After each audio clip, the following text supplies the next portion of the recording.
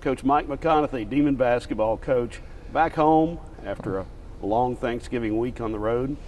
Had some success, learned some things. What'd you learn? Well, you know, we learned that when we compete together and play hard together, we can do really good things. Defensively at ULM, we were really, really good. And had some guys really step up and have big nights, and some of them had big nights and, you know, really didn't even have great stat lines, but they just created so much energy and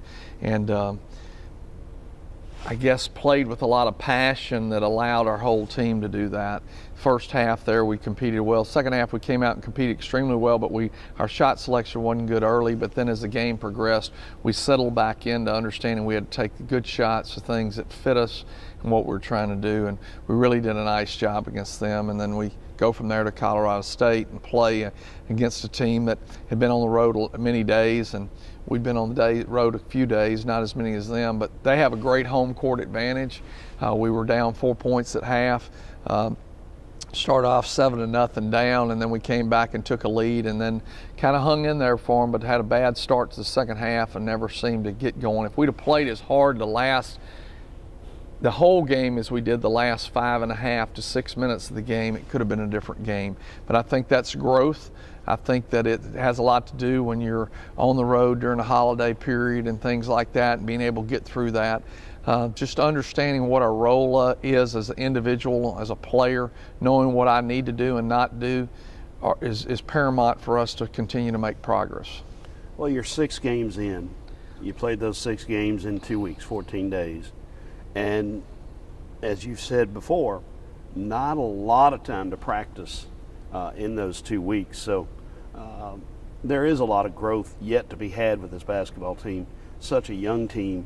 And you saw flashes of it, and at ULM, a longer stretch, I think, than anybody imagined we would have at this point. Yeah, I don't doubt that at all, that's very important for us to realize that we have got to practice to see the growth. And we did get a couple days before ULM game. We took a day off for travel when we went to Colorado State when we really needed another practice day. And you couldn't, and then we didn't play as well as we did. And you say, well, what if you'd taken off again? Well, would you have been fresher? That's really hard to say, because one, the travel and the road and the different altitude and all those things, some of them had never experienced that. Probably the only guy that on the team, 3 guys that have experienced the altitude would be Isaiah Sweeney and Brandon Hutton, because they played at different places. Maybe they've been at high altitudes, but that impacted us a little bit. But you know, those are just things that you have to adjust to, because it's impacting the other team too. I mean, they'd been at lower altitude and came back to higher altitude. They'd been gone for a long period of time. But you know, we head into a game this week on Wednesday against Lyon College, and we had a practice this morning, and it was a typical practice after technically 2 days off, because we were off on travel day Saturday. We gave them off yesterday.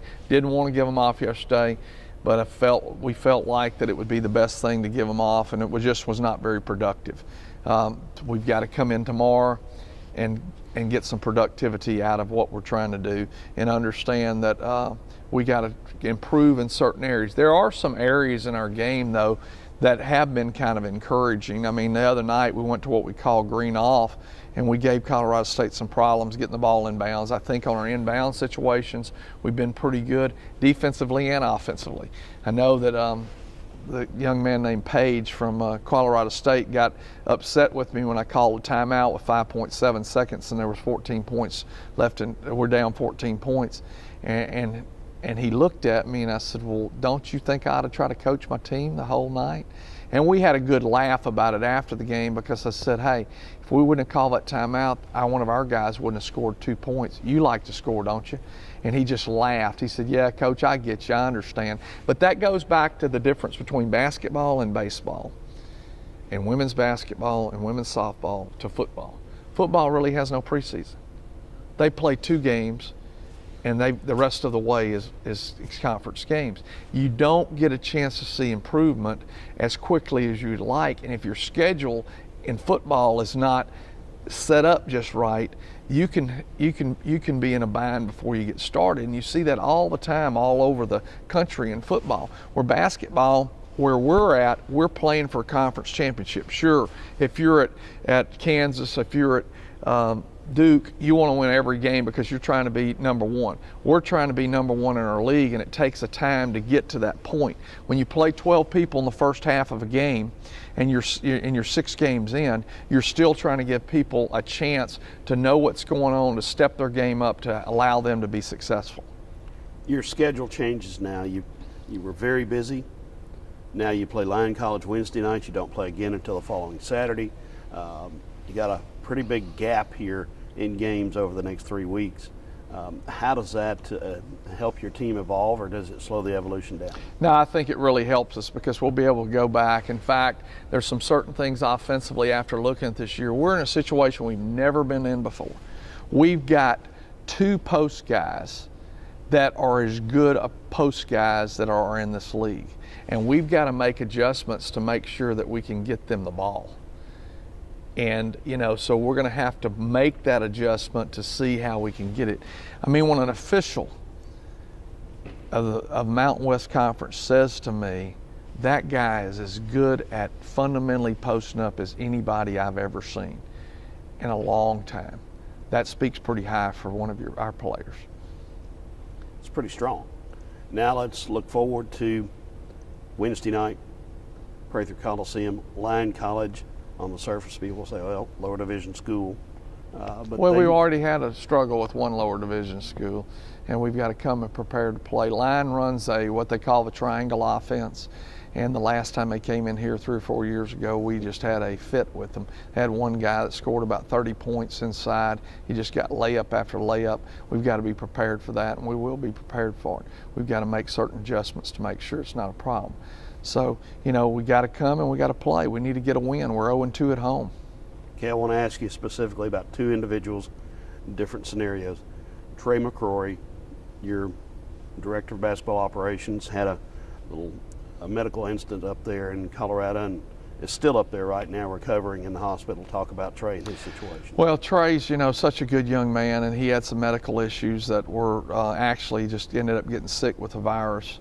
And we thought that it had something to do with altitude sickness and some other complications he's had, but he had a virus that ended up being more of a problem, leading into pneumonia and some other situations there. He is doing much better, and we're hopeful that he'll be home, middle of the week. Stephen Kim, our trainer, stayed with him. We're hopeful he can get home today because Trey's mother and aunt did get out there to help him. And then let's talk about some good news from last week.